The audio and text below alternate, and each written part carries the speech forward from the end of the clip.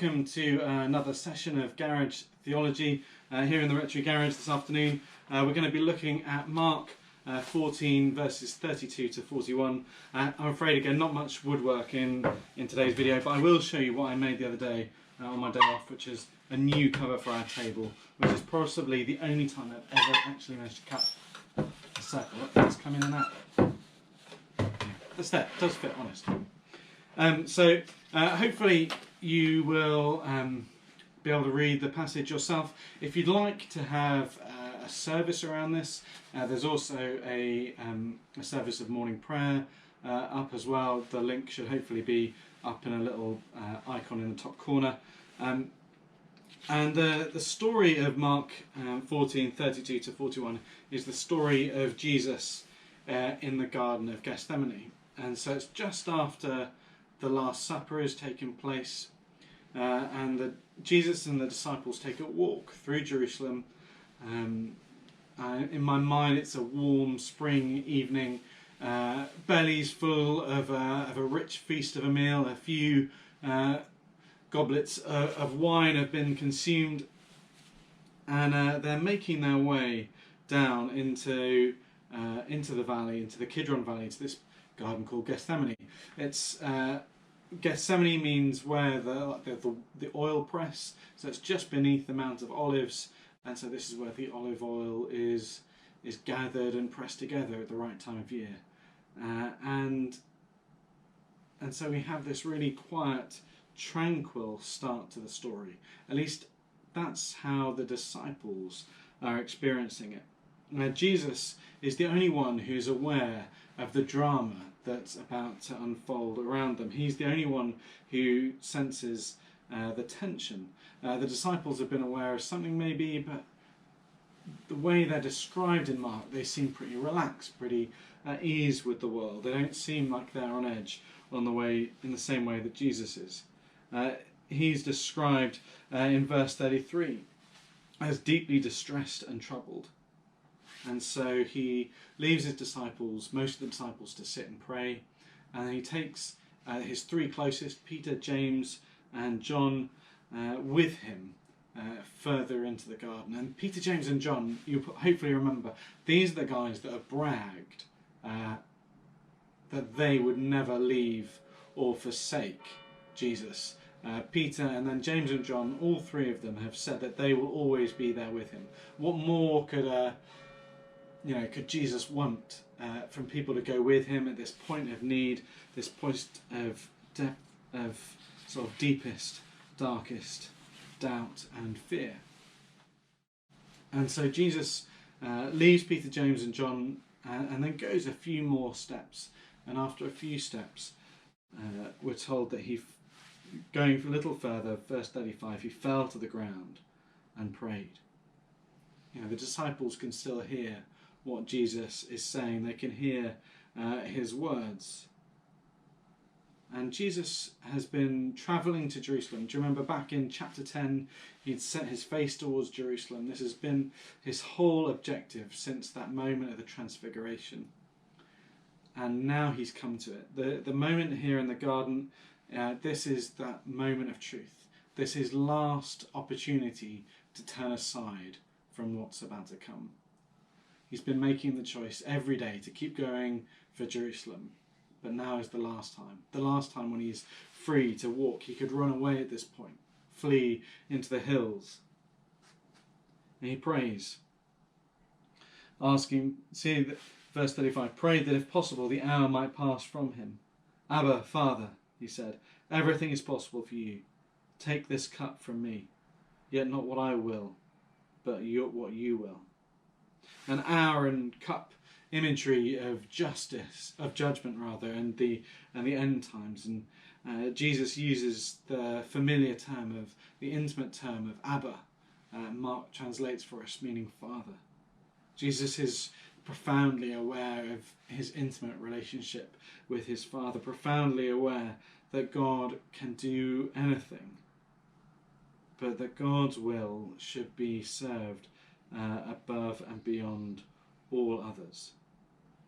And it's a striking image. In the other Gospels, some we're told that Jesus sweated blood or sweated like he was bleeding. Either way, he's in this moment of deep and profound stress and distress.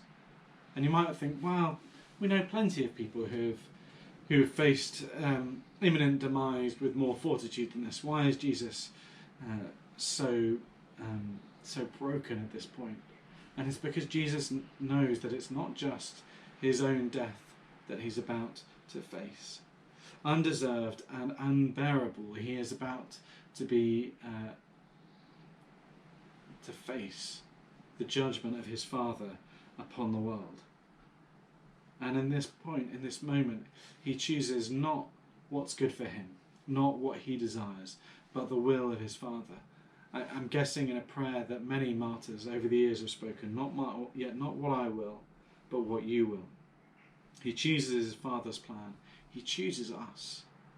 And out of love for us, he chooses to take on that punishment. In this moment in the garden is where Jesus accepts the cross. It's at this point that he makes that choice, not to serve himself or his own glory, but to serve his Father and his Father's glory. And then we have the sad and sorrowful image of the unreliable friends. Verse 37, then he returned to his disciples and found them sleeping.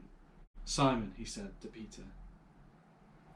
He asked his friends to keep watch for just a short while, and here he finds them sleeping. And do you notice how he addresses Simon? He calls him Simon. He's no longer Peter, he's no longer the rock, he's just sleeping like one. I don't know if you can imagine what it'd be like for Jesus to give you a special name and then to stop using it because you fell asleep when he asked you to stay on watch. And he says to them, watch and pray so that you will not fall into temptation. The spirit is willing, but the flesh is weak. And Jesus here is still teaching his friends, his disciples. He's showing them that it will be a constant effort to make good choices. Showing us that proximity to Jesus is not and does not equate to distance from temptation. That the closer we get to Jesus doesn't mean the further we get from temptation, the further we get from difficult moral choices, having to choose to do the right thing time and time again. That's not how it works, sadly. Being close to Jesus doesn't mean that we're far from temptation. Being close to Jesus means that we recognise the temptations when they come, hopefully. Jesus, we've seen, deny his flesh and to choose the way of the Father. But his closest friends have chosen to indulge the flesh and choose the way of themselves. Once more, Jesus goes back to pray and the same thing happens. When he comes back, the disciples can't even speak to him. They don't know what to say. Their eyes are heavy with sleep. And then Jesus returns to pray and comes back again and once again finds them asleep. The sequence repeats itself, the failure compounded. They're awake enough to hear his words, to hear those first words that Jesus prays, but then sleep returns again and again. They only stir finally as the soldiers are coming along the path to take Jesus into custody. And interestingly, it's their choices in the garden that echo out into the world and into the hours to come. Jesus chooses the cross in the garden.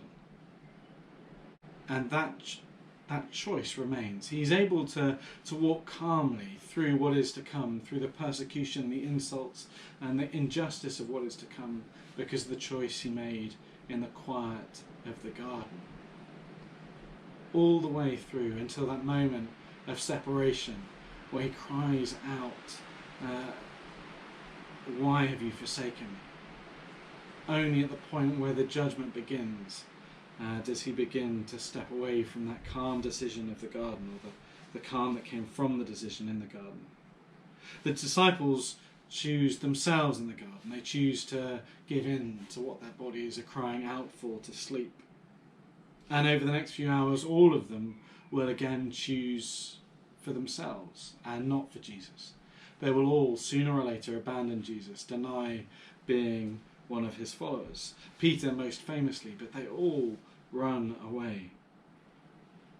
And it reminded me that so often what we do in the quiet place, in the calm place, echoes out into the rest of our lives, that those small choices grow into the much bigger choices that we make in the crisis and in the heat of the moment.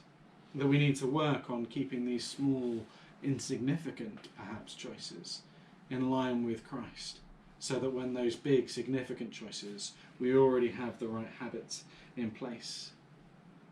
Jesus says, "Watch and pray, so that you will not fall into temptation. The spirit is willing, but the flesh is weak." So that's my encouragement for us this week, that in the quiet and the calm of our houses, hopefully, we will have space to watch and pray, that we will not fall in temptation, that we will set into practice now good patterns of life, that when the busyness and the chaos returns, that we would carry on making good choices. Thank you for tuning in and giving us your time. As ever, please do comment, contact me if you'd like, and let us know what's going on. Feel free to share this if you think it might be helpful to someone else, and hope to see you again soon. Bye bye.